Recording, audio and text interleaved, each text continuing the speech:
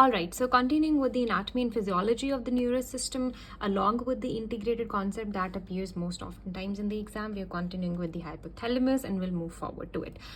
Hypothalamus, it maintains homeostasis by regulating thirst and water balance. It controls adenohypophysis, anterior pituitary, which release most of the controlling hormones of the body, and neurohypophysis, which release ADH and oxytocin.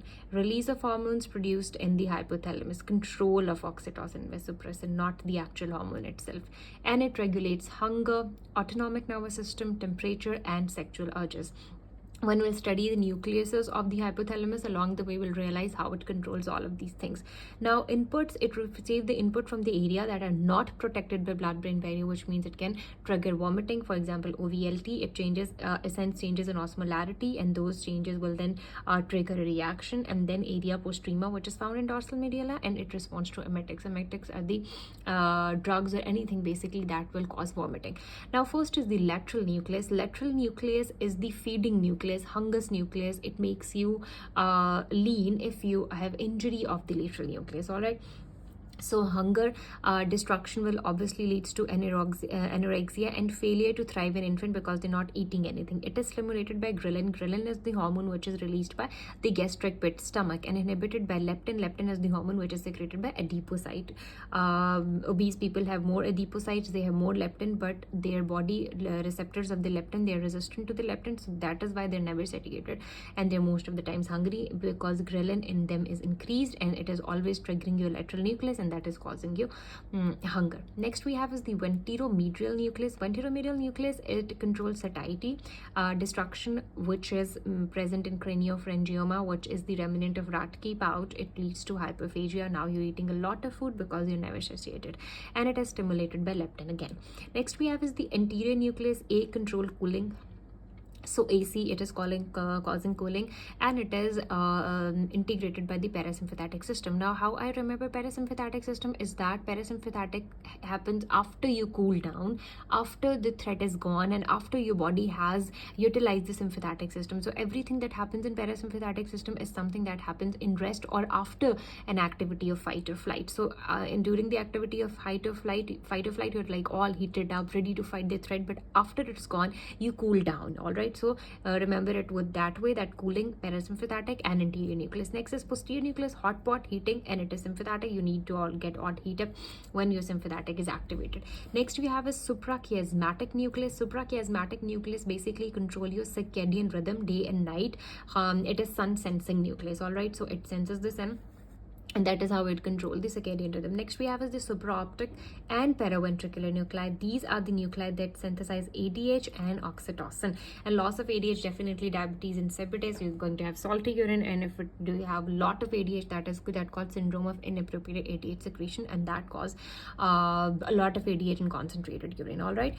ADH and oxytocin, they're carried by neurophysions down axons to posterior pituitary, where these hormones are stored and released. All right, last one is preoptic nucleus. Preoptic nucleus, it is involved in thermoregulation, sexual behavior, and because it is involved in sexual behavior, it releases gonadotropin releasing hormone. And if you have a failure of gonadotropin releasing hormone producing neurons to migrate from olfactory pit, like they're in the olfactory pit but they cannot migrate properly, that will cause Kallmann syndrome. Why? Because now you do not have gonadotropin hormone that is going to release the FSH and LH, which basically are involved in your fertility. So Kallmann causes infertility, and along with it you will have anosmia. You won't be able to smell things. All right, so these are all the nucleuses of hypothalamus. Now moving toward the thalamus. Thalamus basically is the relay center. It is the major relay center of your body, and it all the ascending sensory information that goes from body and comes to the brain, it crosses thalamus except olfaction. All right, olfaction directly goes into the cortex. Now in nuclei we have ventral posterolateral nucleus. Since we have ventral posterolateral, we are definitely going to have ventral posterior medial. Then we have lateral geniculate, medial geniculate, and ventral anterior and ventral lateral nuclei. Now ventral posterolateral nucleate, input of the ventral posterolateral nucleus is spinothalamic and dorsal column / medial lemniscal. Like this is spinothalamic dorsal columns, medial lemniscus. This is your ventral medial nuclei, and it senses what vibration, pain, pressure, proprioception, light, touch, and temperature, and destination. Where it goes forward, it goes to primary somatosensory cortex, where all of these are processed. Parietal lobe. All right. Next we have is the ventral posterior medial. Medial, it carries trigeminal and gustatory pathway. All right. Face sensation and taste, again primary somatosensory cortex and parietal lobe. Very pretty makeup goes to the face. If it fits you well, go ahead. Otherwise, just remember that ventral posterior medial is involved with face sensation and taste. You know, your tongue is in the middle, your the shape of your face is in the middle, so face sensation, ventral posterior medial nucleus.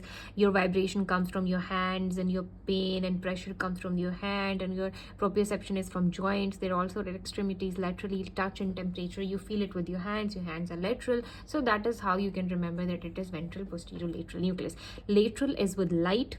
It receives input from everything that is connected to light. Cranial number 2, optic chiasm, optic tract. It senses vision, goes to primary usual cortex, and you have lateral light. Medial, music, geniculate nucleus. It receives input from superior olive and inferior colliculus of tectum present in the ear, senses hearing, primary auditory cortex, that is where it goes to. And then we have his ventral anterior and ventral lateral nuclei.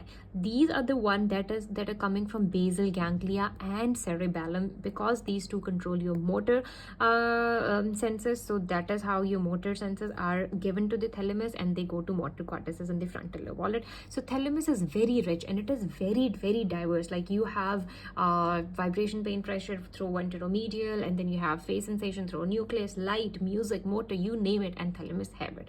All right, so you have to remember thalamic syndrome, for example, like Cunard stroke or contralateral sensory loss. In hypothalamic syndromes, you have problem with these, and thalamic syndrome, you have problem with these. All right, so next we're moving toward the limbic system. Limbic system controls, again, a lot of stuff. It is a very rich collection of neural structures. It is involved in emotion, long-term memory, olfaction, behavior modulation, ANS function. It consists of what? Hippocampus, memory. Here is the hippocampus, which is destroyed in alcohol intake, which gets affected in your rabies. All right. Amygdala, again, control of your pleasure. Mammillary bodies affected by alcohol intake. Anterior thalamic nuclei, cingulate gyrus, yellow. This is a cingulate gyrus. Entorhinal cortex is also controlled by here. So it is responsible for 5 F's. What are those 5 F's? Feeding, fleeing, fighting, feeling, and sex. All of these are controlled by your limbic system. Okay, so limbic system is this like FL kind of system. Okay. Feeding, fleeing, fighting, feeling, and sex. All right.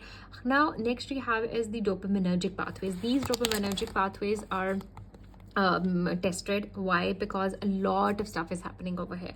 What first of all, you have to remember that there are 4 pathways of dopaminergic pathway. They're commonly altered by drugs, that is why they're important. They're altered by movement disorder, that is why they're important. They cause adverse effect of certain drugs, that is why they're important. So there's a lot that is going on in this particular chapter. So first is mesocortical. Okay, now mesocortical, the decreased activity of mesocortical will lead to negative symptoms. Negative symptom means that you do not have something that normally is present. Lack of spontaneity, energy, apathy. No drug works here. Antipsychotic, they have limited effect of mesocortical. So if a patient comes to you with like flat affect and lack of spontaneity, and another patient comes to you with positive like hallucinations and delusion, and somebody asks you who is going to get treated with the medicine, you're like, okay, he just has the lack of spontaneity, maybe he can get treated easily. But actually no, because you do not have a drug which is going to affect over there.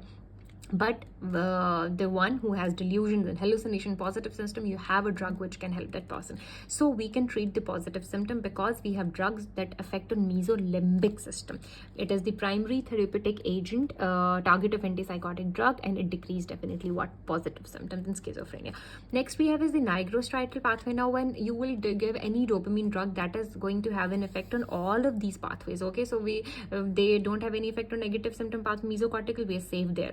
They have effect on mesolimbic pathway, good, we got rid of positive symptoms. Now what happens if it will affect nigrostriatal pathway? But there exactly is where the extrapyramidal symptoms are going to come from. Decreased activity, extrapyramidal symptom, you give dopamine blockade, bromocriptine. What it will do? It will cause dystonia, akathisia, Parkinsonism, tardive dyskinesia, which basically is involuntary movement of face and jaw. Motor control significantly affected by antipsychotic and Parkinson disease because they're both involved in dopamine. dysregulation. Next, very interesting, is tuberoinfundibular pathway. Decreased activity of this will cause increased prolactin, because prolactin is under the direct inhibition of dopamine. So if you have less dopamine, you're going to get a lot of prolactin. You will have decreased libido, sexual dysfunction, galactoria, gynecomastia in females, in males, and ovulation in females. All right, so this is how, this is a diagram. Over here is the pituitary gland, nucleus accumbens, hypothalamus, tegmental area. This is substantia nigra, this is also striatum. So over here, this pathway is mesocortical pathway. It is going from here to the cortex, mesocortical pathway. It is going to the limbus, mesolimbic pathway, nigrostriatal pathway, and this one is tuberoinfundibular pathway, sorry, and this one is nigrostriatal pathway, striatum. It is going from substantia nigra, nigrostriatal pathway. All right, now moving towards the control center, coordination center of the brain. Thanks to cerebellum, you're not all messed up. You can maintain your balance in life. Cerebellum, it modulate movement. It aids in coordination and balance. And cerebellum is further divided, or you can, if you see cerebellum, you will see that you have ipsilateral proprioceptive information via inferior cerebral peduncle from spinal cord. So this would be the cerebellum. This is inferior cerebral peduncle. It is going to get ipsilateral proprioceptive information. Proprioceptive information is the information that when you close your eyes, you get to know that you're sitting. When you close your eyes, you know that you're standing or you're laying down. That is proprioception, like basically the idea that what exactly is the body's position right now, and it is sensed by your joints. Deep nuclei, which are from lateral to medial, don't eat greasy food, dentate and boliform globose foods. This is how the cerebellum is structured. Okay, so now lateral lesions. The lateral lesions, they affect voluntary movement of the extremities. They affect the voluntary movement of extremities. Lateral structures, they, when injured, propensity to fall toward the injured side, ipsilateral side, because the ipsilateral is one that is carrying proprioceptive. When it is effective, that side would be affected and patient going to fall in that side. Next we have is the medial lesion. Now this over here, medial lesion. In medial we have vermis, we have a vestigial nuclei, and we have flocculonodular nuclei.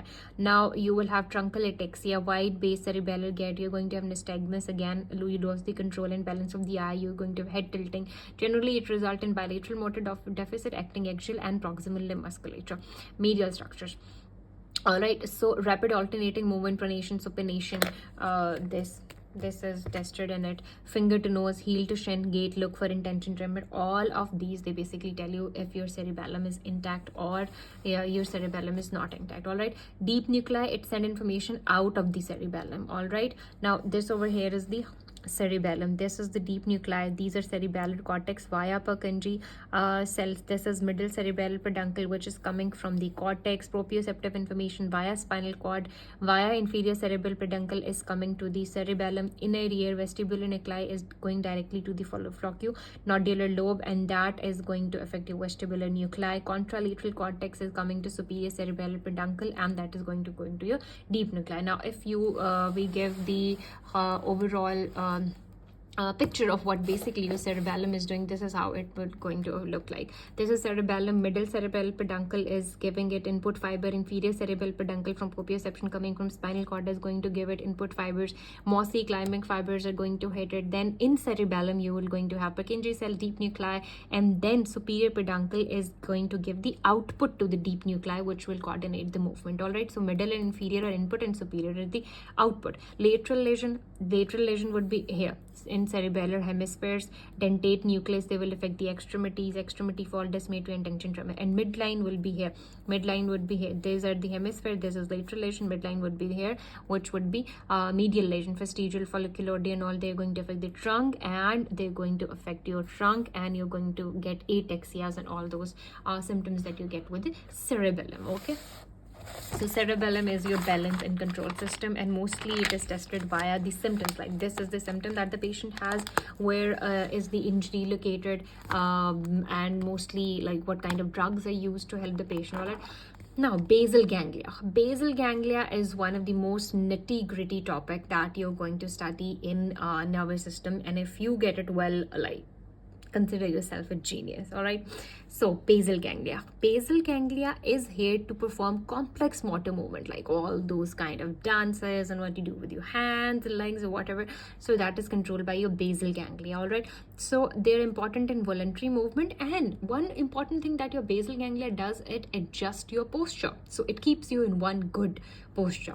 It receives cortical input. It provides negative feedback to cortex to modulate movement. If it doesn't provide negative feedback, your cortex is going to go crazy, and it is going to create movements of chorea and ethetoid movements. So you're going to this is controlled by basal ganglia. Basal ganglia is the control center of brain, that it puts cortex in its right position, and it asks you to stop it. All right. It has striatum, which consists of putamen, motor, and caudate nucleus, and it consists of lentiform, which again is putamen and globus petal. So basically, if the putamen it pairs up with caudate nucleus, it becomes striatum, and if it pairs up with globus pallidus, it becomes lentiform. It does not have a very some sigma of its own. Now it has two pathways. First is direct pathway, which is excitatory pathway, and second is the indirect pathway, which is the inhibitory pathway. And these two are the pathways via which your basal ganglia gets the work done, puts the cortex in its place. Now what happens in the direct pathway is that cortical input via glutamate, it stimulates GABA released from the striatum. GABA is inhibitory, which inhibit GABA release from GPI. It will disinhibit, activate the thalamus, and it will increase the motion. First thing, that will increase the motion. How is that going to affect? That you are directly stimulating GABA release from the striatum. That GABA release will inhibit the GABA, because GABA over here will be inhibitory for the GABA over there. Now, well, there will be no GABA from GPI. The inhibition from the thalamus will be gone. No one is there to inhibit the thalamus, and when there is no inhibition of thalamus, that will increase your motion. All right, you can say it from here. This is the direct pathway over here. This is input from SNC. These are the dopamine receptor. This is direct pathway. It facilitates movement. How it goes from here over here, what it does is that it inhibits the GABA that will stimulate GPI, and that this stimulated GPI would stimulate thalamus, and you're going to get movement of your motor cortex, okay, the movement that you desire. Next is the indirect pathway, which is inhibitory pathway. Now how does this work is that the cortical input via glutamate, it again stimulate GABA release from the striatum. Now this striatum inhibits the GABA release from GPE. That is how it disinhibit the STN, okay. Now that STN input via glutamate, it stimulates GABA release from GPI inhibitory. It will inhibit the thalamus, and that is how it will decrease the motion. So depending upon what the body wants, it can either increase the motion and it can either decrease the motion. Now what is happening over here is that you see over here, now indirect pathway, it inhibits the movement. How it inhibits the movement is that it will inhibit GPE. That will further inhibit what? That will inhibit your STN, all right, and then that subthalamic nuclei, that which is STN, that subthalamic nuclei will give positive signal to GPI. It will inhibit GPI, and that GPI will then do what? Inhibit the thalamus, and this inhibition of the thalamus will stop the movement. That is how your inhibitory pathway of the basal ganglia it works. All right, now dopamine from nigrostriatal pathway, substantia nigra, dopamine for substantia nigra, which is nigrostriatal pathway, it stimulates the direct pathway by binding to D1 and inhibits the indirect pathway by binding to D2 receptor and increasing the motion. So dopamine will be released to cause a movement or a motion, and if that dopamine binds to D1 receptor, it is excitatory, like number one, very excited, excitatory pathway. And excitatory pathway is basically disinhibition. And how disinhibition occurs? By putting GABA into inhibitor, by stopping GABA. And inhibitory pathway will be basically not disinhibiting GABA, releasing GABA, and that release of the GABA will inhibit the thalamus. All right. So in order to inhibit it indirectly, you have to go towards another way. Like 2 is the another way, a pathway, a separate way, a second way, that is indirect pathway, which inhibits the movement. All right, so you have to basically keep this diagram in your mind, that this pathway facilitates the movement and this pathway it inhibits the movement. And over here, you're going to see the picture of GABA. This is hippocampus, amygdala, third ventricle. You should have an overall idea of what it looks like, because they're going to give like a disease, a problem with Wilson disease. A patient will come with neuropsychiatric disorder, and they will give like this would be marked as A and B and C and D, and they will say like which of the following is affected by the disease that is being discussed in the vignette. So you need to know that it is the basal ganglia that Wilson disease affects. So you will choose the option which will convert the basal ganglia, which basically would be here, putamen globus pallidus. Okay, cystic degeneration of putamen and other basal ganglia structure that is done by Wilson's disease. All right, now in order to give you a final look of what what basal ganglia does is basically, this is the cortex. All right, where it start basically is that if it gives you D1, which is excitatory, substantia nigra, pars compacta, pars reticulata, whatsoever, it will attack or it will affect striatum. Now what will striatum do is that this striatum will release GABA. That GABA will inhibit subthalamic nuclei. Now this inhibited subthalamic nuclei will directly stimulate the thalamus, and that is how movement will be made. On the other side, if you do not have to stop the movement in another way, you have to inhibit the movement. You do not have to start the movement, you have to inhibit the movement. What you will do is that you will take the indirect pathway, and by indirect pathway there will be D2 receptors that are going to affect your GPE externus and internus. They will release GABA, and that GABA will inhibit your hypothalamus. All right, when at rest this inhibits your motion. You need to, when you're at rest, this is how your motion is inhibited, GABA, and when you need activity, this GABA will be disinhibited by release of GABA here, which will disinhibit here. Okay, a lot of mess, but I hope you understand. Next we have is the cerebral cortex region. This is kind of interesting. This is what makes neuro a mastermind of so many things. All right, let me set this. All right, go ahead.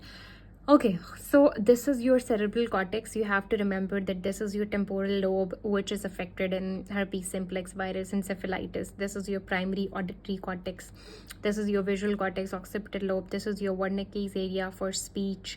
This is for understanding of the speech. This is Broca's area for the expression of the speech. This is arcuate fasciculus, which connect the both of these. This is frontal cortex, this is eye field, frontal lobe, premotor cortex, this central circle, this primary motor area, this primary somatosensory, this is parietal lobe. Your somatosensory association is controlled over here. All right, so if you have a problem with the temporal cortex, you're going to have disturbed language, sensory interpretation, and impaired memory. If you have a problem with lateral prefrontal cortex, you will have executive dysfunction. All right, any injury to any of these symptoms are going to cause the symptoms that it control. For example, if you have an injury of frontal lobe, your use will stop the ability to make decisions. If you have an injury of primary visual cortex, you will stop seeing, so on and so forth. All right, next we have is the cerebral perfusion. Now what cerebral perfusion does is that it relies on a tight autoregulation, primarily driven by carbon dioxide. All right, oxygen also modulate perfusion, but only in severe hypoxia, not in the normal condition. You need to understand cerebral perfusion in order to know like what are the things that are going to perfuse the brain more, and what are the things that are going to take that perfusion from it. All right, now it also relies on pressure gradient between mean arterial pressure, which is the pressure in the artery that supplies the brain, and intracranial pressure, which is the pressure of the CSF inside the brain.